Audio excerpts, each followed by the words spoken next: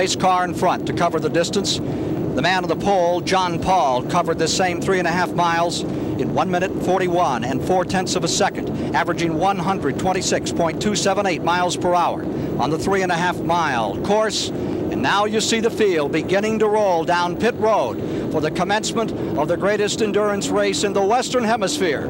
The 24 Hours of Daytona is rolling off pit road. Let's take a look at the starting lineup. We have mentioned that it is a March Buick V6 on the pole. John Paul Jr. is now in the cockpit. He's also in the headlines. More on that story. He was in court yesterday on Motor Week Illustrated at 5:35 today on Superstation WTBS. Beside him comes the winner of last year's race, and that is the March Porsche.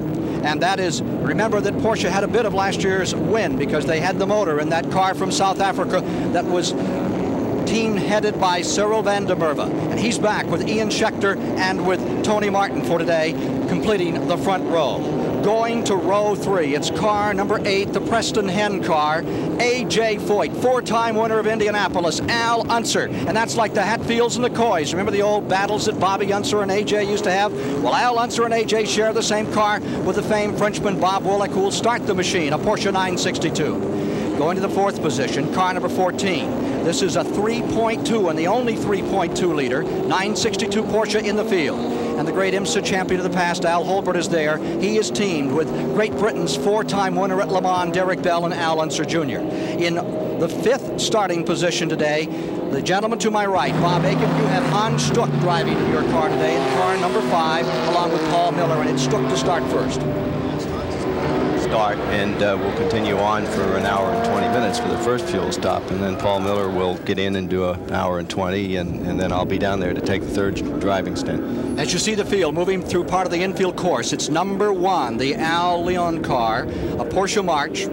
Coming next with Randy Lanier, last year's IMSA winner, Bill Whittington on that team, and Whittington has the starting chores. In the 7th starting position, inside of row 4, comes car number 86, a Porsche 962, Bruce Levin, and 2 Formula 1 drivers, one from the past, Henri Pasquarolo, and one of the tremendous future, Thierry Boutsen of Belgium. Then in the 8th position, here comes the Jaguar, number 44, and it will be Brian Redman, formerly of Great Britain, now Jacksonville, Florida, teamed with Hurley Haywood, 4-time winner of this event, and Bob Tullius of Falls Church, Virginia. In the 9th starting position, car number 15, a March Chevy, and that'll be Collasion's car, John Collison from Folly Beach, South Carolina, and 2 Chicago drivers, John Lloyd, and beside him, Tommy Gruna in the lineup. In the 10th starting position, the 2nd 12-cylinder Jaguar, Chip Robertson, new to the team, teamed with Claude Bellolino, who gets the starting assignment, and Jim Adams now with him. In the 11th position, on the inside of row 6, the Chevrolet March, and it's Darren Brassfield in car number 29. Now that car had been scheduled for David Hobbs. He injured in a skiing accident, replaced by Tom Gloyd. Ford said no to him in a Chevrolet. And Tommy Byrne has flown in from Ireland, the Formula 3 champion of Europe in 1982, to drive the car. Also in the team, the Can-Am champion of 1984, Mike Rowe, also of Ireland. In the 12th starting position, number 67, that's the Porsche 962 for Jim Busby, and he'll be carrying our onboard camera today. He's the lead driver, along with Rick Knoop of Laguna Beach, California, and the great Jochen Maas of West Germany, one of the world endurance champions. In the 13th starting position is car number 4, the Lola Chevy, and that is a T711. It's the latest, not the 710, but the 11. Lou Price is in there with Carson Baird, veteran driver, and stock car driver Terry Labonte. And now you're in Busby's car, number 67, the BF Goodrich car, one of 2 of them, as they prepare for the start. Going 14th today is Art Leon, and with him comes Gary Walters and Skeeter McKettrick in a Chevy March. Going 15th on the field, the Porsche 962. Pete Halsmer is there with John Morton, veteran driver out of El Segundo, and Dieter Quester has come from Vienna to drive a number 68. In the 16th position, the Ford Argo is Steve Shelton out of Florida, Brent O'Neill, and Don Courtney. 17th position is a Chevy March, and it's Kemper Miller starting. Remember, he flipped that car twice a year ago, or a similar car. Dave Coward is co-driver, and De Navarez of Columbia is with him.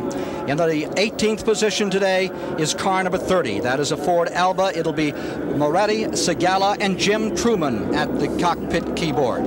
In the GTO class, as we look further back, the leading car in GTO starts 23rd as they come down for the start is the Mustang with Willie T. Ribs. 24 Hours of Daytona just a few moments away. Jim Miller and John Bauer. The GTU class, the leading car there, is the Schneider car and Elliott Forbes Robinson as the field breaks toward the line to get going to start the 24 Hours. And on the break, John Paul taking the green flag. Going into turn number 1, number 45, John Paul has put the Buick V6 March in front. Now, do you think that it's possible that little Buick V6 can stand the gap for 24 hours, Bobby? Really, Ken, I don't think so. I think it's obviously the fastest and most powerful car in this race. Probably has 800 horsepower, but so far the Buick V6, although it shows great promise, does not look like it is going to yet ready to hold together for a long race. Challenge back for third as they whip through the infield portion of this 3.5-mile course, and there you see the Preston Hen car, number 8. Bob Wallach trying to hold on to that spot as this field, 76 strong, begins to string out, and everyone sets their own pace for this race. Cyril Vandenberger closing on the leader. The third-place car is now Al Holbert, and running in fourth place is car number 1. Moving up from 6th position the first lap, the Al Leon car with Bill Whittington driving. Now we're going to be trying to keep better track of the GTO and GTU classes for you this year throughout this 24-hour encounter. We'll be giving you updates on their positioning through this time. We'll be with you through the start until about 4 o'clock, 4:05, and then back for reports hourly, some of them a bit longer than others, to try to update you as to how it's going, not only in the super class, the prototypes, but some of the competitors that are of more interest strictly here in the United States. Now there is the second place car, number 0, Cyril Vandenberger, and he's chasing number 45, John Paul. That is a Buick V6 leading this illustrious field in the second lap of the 24 Hours of Daytona. Now, it'll be interesting to watch these two cars if we can see a separation between them, to see which one has a greater top speed, and whether the Buick is in fact opening up on the straight on the Creepy Crawly Porsche March or not. Might give us a clue as to who's running higher boost right now. We have one car already down, number 3, which is a Buick V6. Bobby Allison was sharing the driving chores in that car, has come to rest just off the horseshoe and appears to be out of it in the very early moments of this race. Car number 3, that's the Ken Martin car out of Atlanta, out of Roswell, Georgia. He and Wayne Pickering had as a third driver 1983 Grand National Champion Bobby Allison.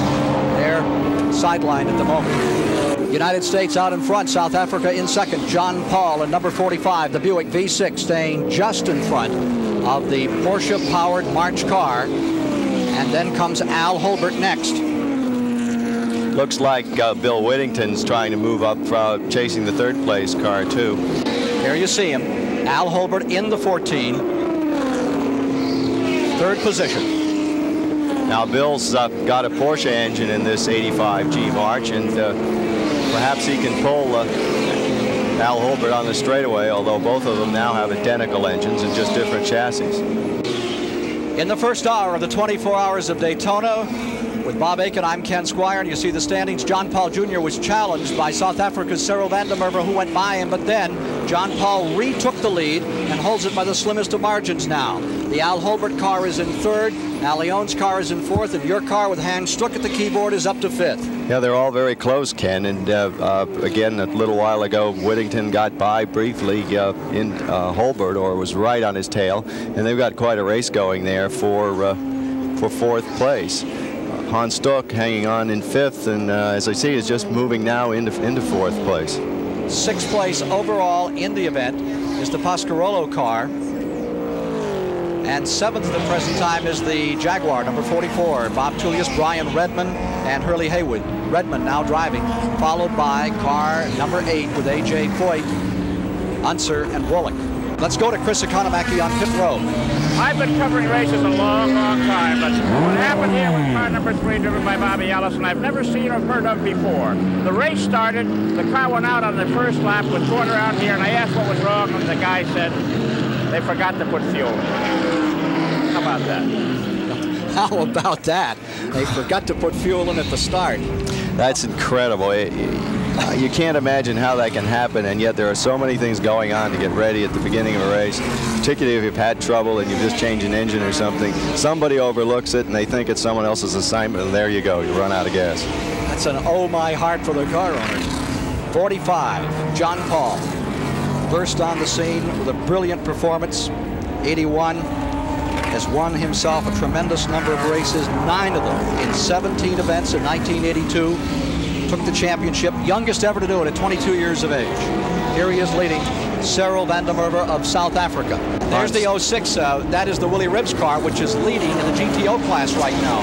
Bob, number 06, Willie T. Ribbs at the keyboard of that car, is leading in GTO. Yeah, it's a powerful factory effort there, and I would be surprised if they don't do very well in this race, Ken. A lot of Ford people down here to see if that car will do it. And the Buick people certainly rolled in numbers this morning off the plains. Detroit is into IMSA racing in an unprecedented way this year. And there's one of the reasons. Number 45, this is a V6. And a V6 leading in an endurance race has not happened before. Strategy here, Ken Squire. The pace that these guys set during the first hour, Doc, how is that determined? Well, you like to go out and set a comfortable pace. You know, early on you calculate what you think it would take to win a race. Like I said early on, you want not so much to run fast, you want to get good mileage and you want to cover a lot of miles. Sometimes when you're in the beginning of the race, the drivers are a little eager, anxious to get going. They forget about the pace and they start going fast. And it very well could be happening right here. They're all kind of jockeying each other around, trying to make somebody do something dumb. Is there a lap time that you set as a benchmark for the team, or do you let the driver on that first shift kind of shake it down? No, himself? you really do set a lap that you like to compete at. Each team has their own strategy on that, and occasionally it becomes a little bit quicker than what it's supposed to be. Everybody wants to get out there and go fast because that, of course, is what racing is all about. But here at Daytona, it's also a 24-hour proposition. As you watch the overall leader here, looking back at the GTU board, Schneider's car in GTU is leading, and then the Jack Baldwin, Ira Young, Jeff Klein car, the Mazda RX-7, is holding on to second place there. Car number 1 is the Leon car with Lanier and Whittington. Whittington is now driving, and he is showing fourth. The Bob Aiken car is the red number 5, and there you see the two of them down through that chicane, headed into the east banking, and right in front of them, number 14, Holbert, and they're challenging Holbert. Now you see what traffic can do for you. Now just try and guess which way that slower car is going to go, and what are you going to do here? And they all managed to get through, but there'll be a lot of heart-stopping maneuvers like that in the course of 24 hours. Threading the needle, moving up, approaching 200 miles per hour. There is Holbert, still staying in third spot. Number 1 staying fourth, Whittington driving, and Hans Stuck in the number 5, maintaining fifth. Henri Pasquarolo and Thierry Boutsen, the 11 car, number 86 is sixth. The Jaguar runs in seventh with Brian Redman driving, and then in the next car back, eighth position is 04. And that is Claude Bellalina and Chip Robinson and Adams in the second Jaguar, followed by the A.J. Foyt, Wallach, Unser car in 9th and 10th overall right now. Here comes the number 68 car. The B.F. Goodrich cars with Halsmer, Morton, and Dieter Quester showing 10th overall.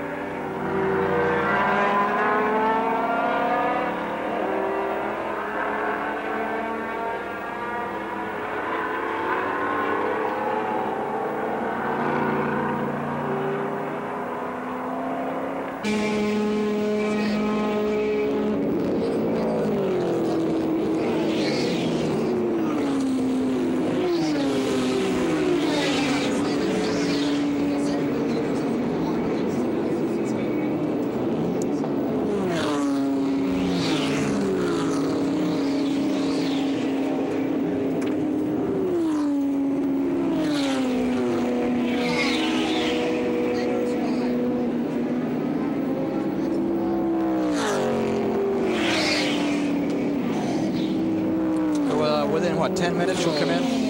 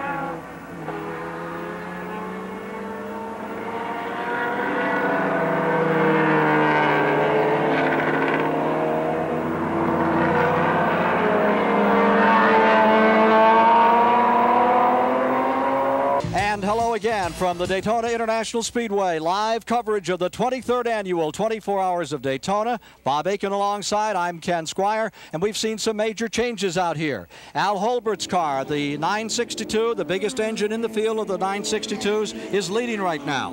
Dominating the race right now, Ken, although there's been some reshuffling with the pit stops, but it looks like a Porsche parade with one little turbocharged Buick set in there in second place. Bob Aiken's car has fallen further back. It looks like you had a tire equalize on that car. Well, we made a routine pit stop, and that dropped us down a couple of spots, but they came back in a couple of laps later to change another tire, so we're catching up again. Let's take a look at the leaderboard right now. Here's how they stand. It's Al Holbert's car in front. Derek Bell currently driving. Then Bob Woolick is in the A.J. Foyt Unser car in second. Adams third. Hurley Haywood now driving in car 44 for Team Jaguar is in fourth, and they're looking really strong. And Andre Pasquarolo has taken over in car number 86. They run fifth. Warrington, Pennsylvania's Al Holbert. That's his car, number 14, the Porsche 962. Derek Bell of Great Britain now at the controls in the lead. In the GTO class, Willie T. Ribb stays in front. At GTU, it's the Schneider car, number 87, leading the way in their classes of the 24 Hours of Daytona.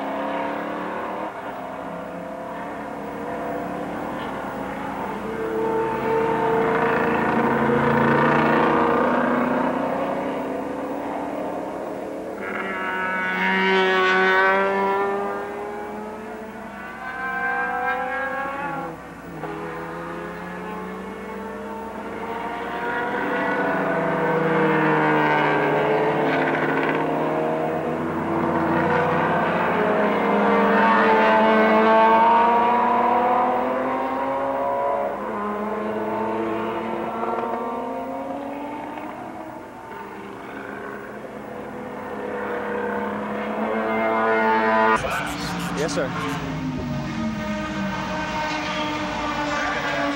Car 44. Utilities Redman and Haywood. Jaguar. Third at time, the Ford Walligunser car number 8.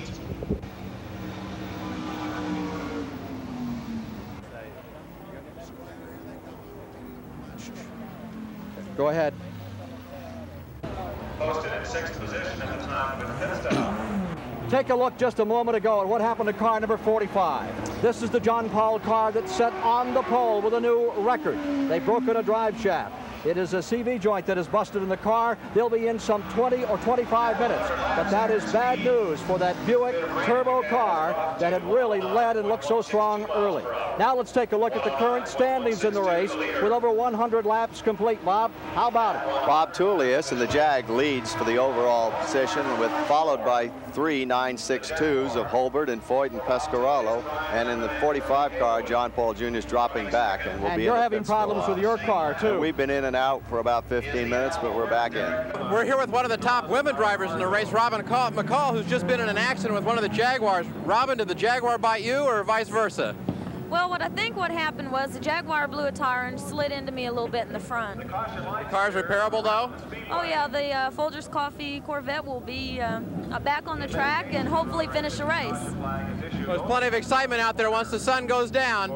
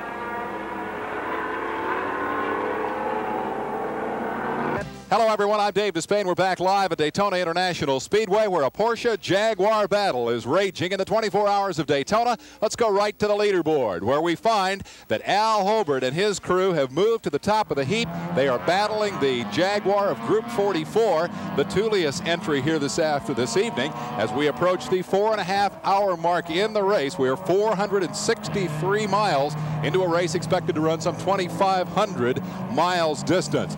Let's go down to Jerry Garrett now in the STP Pit Communication Center and check the battles raging for the GTO and GTU honors. Jerry? Well, Dave, right now the leader in GTO continues to be the number 65 Ford Mustang of Johnny Jones, Wally Dallenbach Jr., and our colleague Doc Bundy. They're doing very well. They're leading right now over one of the Mazdas, the Australian group from Alan Moffat. And Neil Bonnet, the stock car drivers, in third place. Now over here in GTU, we have a former go-kart champion from Daytona Beach, Scott Pruitt, leading in a Mazda over a Toyota of Chris Cord and Dennis Ossie. Here is this recent scene just a few minutes ago at Daytona. Big accident involving a couple of front-running cars. The 5th place car overall. This is Pete Halsmer's machine, with John Morton and Dieter Quester being dragged away. The remains after a crash with the 2nd place GTO car, the Alan Glick, Billy Cyphers, and Bill Cooper machine. As you can see, an incredible impact at some 200 miles an hour. It happened right at the start-finish line, and Jim Roller talked with Pete Halsmer to find out what happened. Coming up on with another car, and as I started by on the left side, somebody just came over hard. I think they were starting to pass a car in front of them. They came over hard enough, it just clipped my front end, and I couldn't keep it together. Are you okay? Yeah, all right. 5th place car out of it. We'll be back in an hour with more. Stay tuned.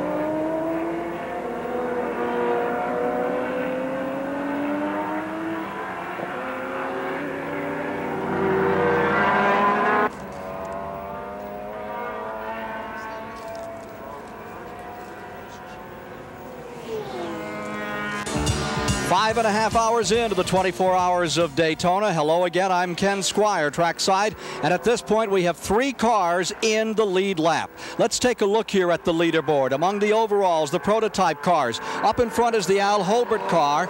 Derek Bell is now driving that machine. But couched over here in the Palmettos is car number 44. That's the Jaguar with Brian Redman now at the controls. And then comes Terry Bootson driving the number 8. And that machine could be a factor before it's over. Whittington's 4th, and Busby has taken the BF Goodrich car up into 5th position. Checking on the GTO category now, a Mustang continues to lead there. It's Doc Bundy, Willie T. Ribbs, Wally Dallenbach Jr. over Alan Moffat in the Australian team. And in the GTU category, Lewis, Scott Pruitt, that team of the is leading at the present time with their Mazda RX-7 over Dan Gurney's Toyota that's running in 2nd place. In the bombing and motor racing Porsche Turbo, comes out Hello. Teamed up with Wayne Baker to pull off a GTO win. And the Coca-Cola 12 Hours of Sebring. By the way, you'll want to be making your plans for the lower. That's bizarre. I knew that you knew one. Well, that was there are two. It'll be 21, the 2125, 7-11 qualifiers on Thursday before the 500.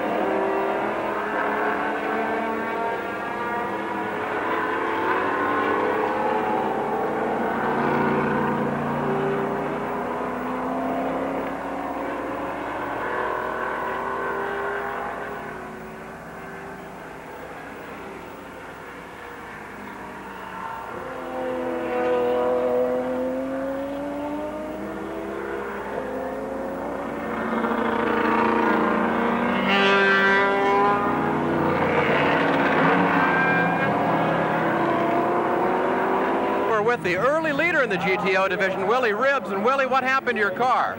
Well, when we went out, we were leading, but we had a ignition wire break right inside the plastic, and we didn't know it, and it made the car misfire, and we drove with a misfire for about 2.5 hours, and finally it got so bad we had to fix it. For a while there, you were moving right up among the prototypes. Well, that was the objective. I predicted we would win GTO going away. It was just a matter of how many GTP cars we were going to beat. We're behind a little bit, but we will do like Rommel and march forward. And now you're coming back strong. We'll be back by, we got 18 hours to do it, and we're coming back all night. Car number 8 runs in 3rd place. Thierry Boutsen now driving along with Al Unser and A.J. Foyt. And earlier, Chris Economaki had an opportunity to talk with A.J. Foyt about this race. You look comfortable. Is it going well? Everything's going real good, you know. I think we're back on the same lap with the leaders at the present time now. How about this influenza that you've got? Well, he's supposed to be real good, and Bob Wallach's come down with the flu. I've had it for 3 days, and he's very sick, and I felt bad, and then no more I got out, you know, it started raining, and we didn't, you know, Bob was too sick to get back in, so I had to get back in, and we just needed some help. AJ, how much rest will you get tonight, and will you get to bed at all? I doubt it very seriously, Chris. We got a hard day, a hard night, and a hard day tomorrow, but we want to win this thing. Indeed, they do want to win this thing, and they are very much in the hunt. But still, it is Al Holbert's race to win at the present time.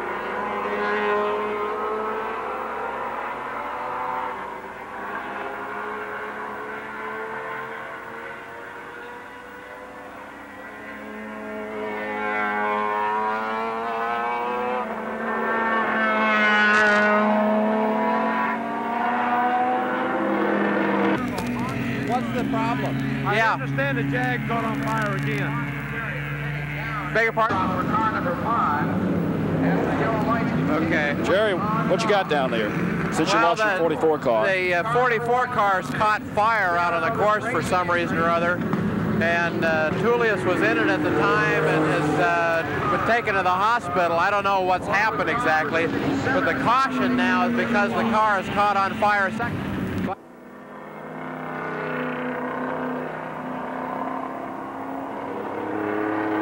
Hello, everyone. I'm Dave Despain in the STP Pit Communication Center with race driver and TV commentator Bob Aiken. Bob, quickly, the status of your car number 5. What's happening there? We've had a couple of stops, but lost some time. But we're running around about 11th or 12th right now, and I expect we'll be back up in the top 5 pretty soon. There's enough time left to win the race? Oh, yeah, it's a long race, yeah. Long race, right? We've had a big development here on the leaderboard. We're going to look at some videotape, Bob, with you. The leader's still the Holbert, Bell, and Unser Jr. car. But look what's happened to the car that was in second place. Bob, fire is one of the scariest things that can happen to any driver. Bob Tullius apparently blew the engine going into the chicane, a huge ball of fire. Can you imagine what he might have been thinking about as he sat in that race car? Well, I can say that he isn't going to sit in there any longer than he possibly can, and he's just going to get out there. The one thing you think about is getting the thing stopped and getting out as fast as you can. And getting stopped, of course, is one of the keys. He did bail out of that car. They have taken him to the infield care center where he is reported alert, conscious, and apparently okay. But a brilliant run for that car has apparently gone for naught. That's going to move the Foyt, Wallach, and Unser team up into the number 2 spot. And the yellow flag now is currently to clear the Group 44 Jaguar, which had such a brilliant run here off the racetrack, and they apparently are done, even though they're still in 3rd place on the leaderboard.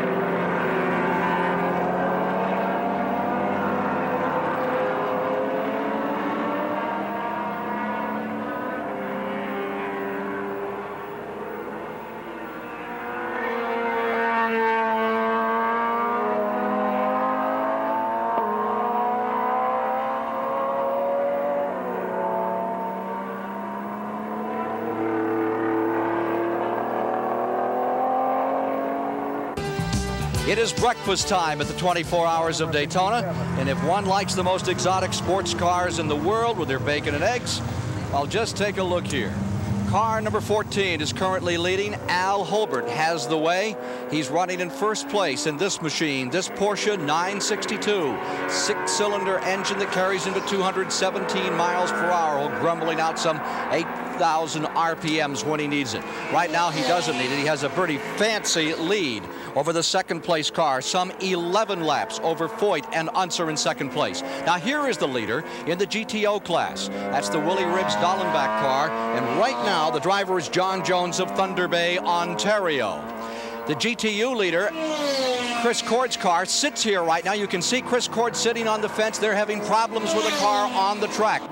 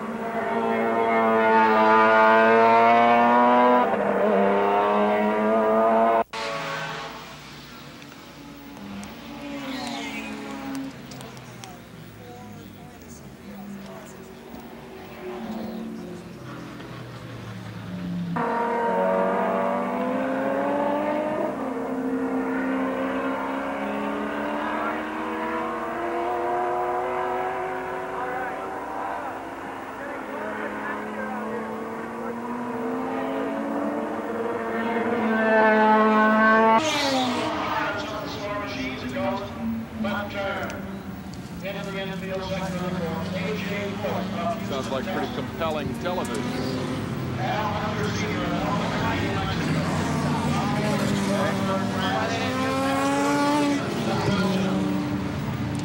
The last big pit stop for the leader, interviewed Derek Bell about what's going on. Was it 10 or 11 laps? Was it 13?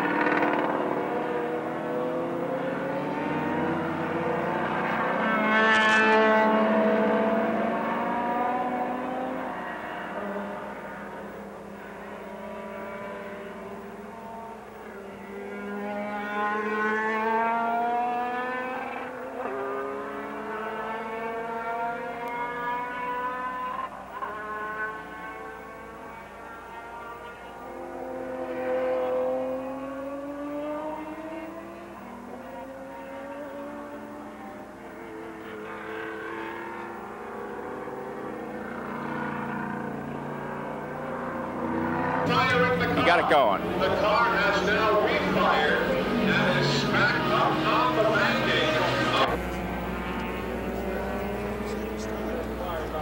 stalled 1 minute and 50 seconds. Oh, that's a lap. The car is just entering the chicane area. The second place car just entering the chicane.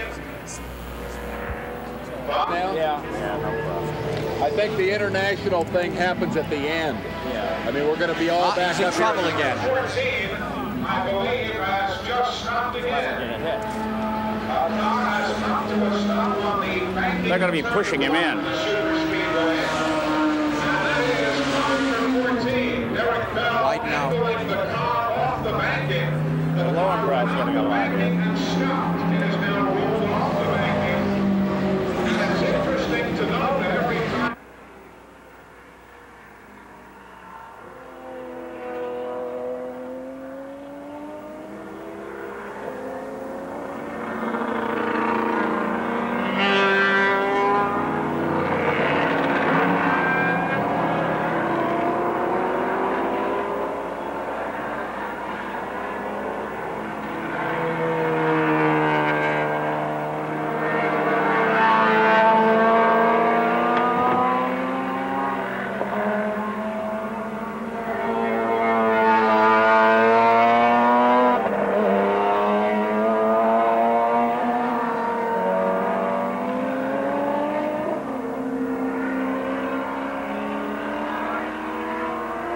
Al Holbert, in quest of his first win in this race, his 32nd IMSA victory, has seen it all go away. What were moments of jubilation turned to moments of despair.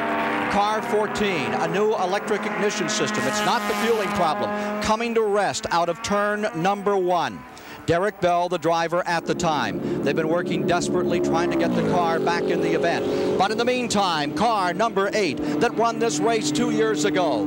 A.J. Foyt, Bob Wallach, Al Unser, Terry Boutsen, they're leading the event, and they look like they're on their way to winning this 23rd annual classic. Moving along in the 3rd position is the Jim Busby car, the B.F. Goodrich car, picking up 3rd spot now, and in 4th spot it is Bob Aiken. He is standing by at the STP Pit Center. You'll be hearing from him later. Jochen Maas is currently in the car. But the major story, moments ago, car number 14 broke down on course. They're trying to get it cranked up, fired, and back into the event. There you see the standings. Rick Knoop is now driving, the California driver, in car number 67, and there is Al Holbert's efforts. Line to the bottom of turn number 1, just down off the 31-degree banking at Porsche 962. The one race he wants to win so much continues to elude him. And there is the leader, and Bob Wallach of France, from Strasbourg, France, is in the car at this time. And there you see Derek Bell still trying to get car number 14 fired up and get back into this, and apparently making some headway. Car 14, they said the ignition system just fell out of it. Not a fueling problem, and he's coming back out. Car number 14, now down some 2 laps himself, and perhaps more, is coming out of turn 1 on the east banking of the superspeedway, west banking of the superspeedway, coming onto the track. Number 14 in 2nd place, Derek Bell at the controls. 5 laps. Huh?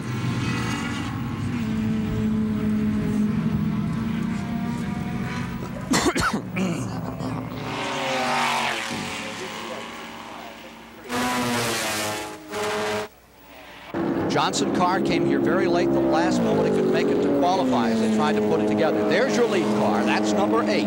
A.J. Foyt, Bob Wallach, Unser, and they added Terry Boutsen. Neither Foyt nor Unser were very excited about racing in the dark, and Al Unser was certainly not enthusiastic about racing in the rain. And we've had 3 showers 3 times, and they've gone to rain tires in the event.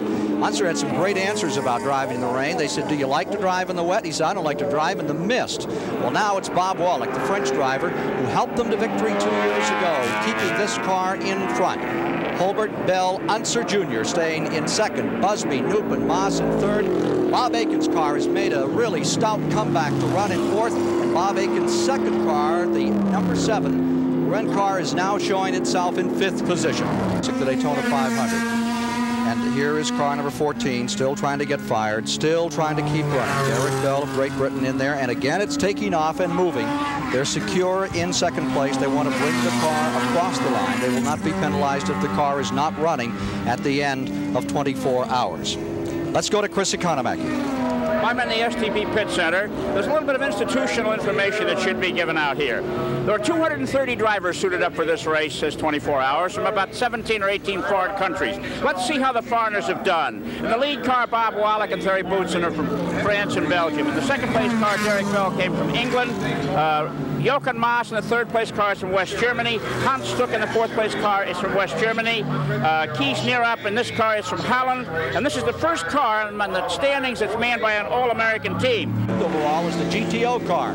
Dallenbeck, who's done such a marvelous job. Doc Bundy and Jones, they're running 8th.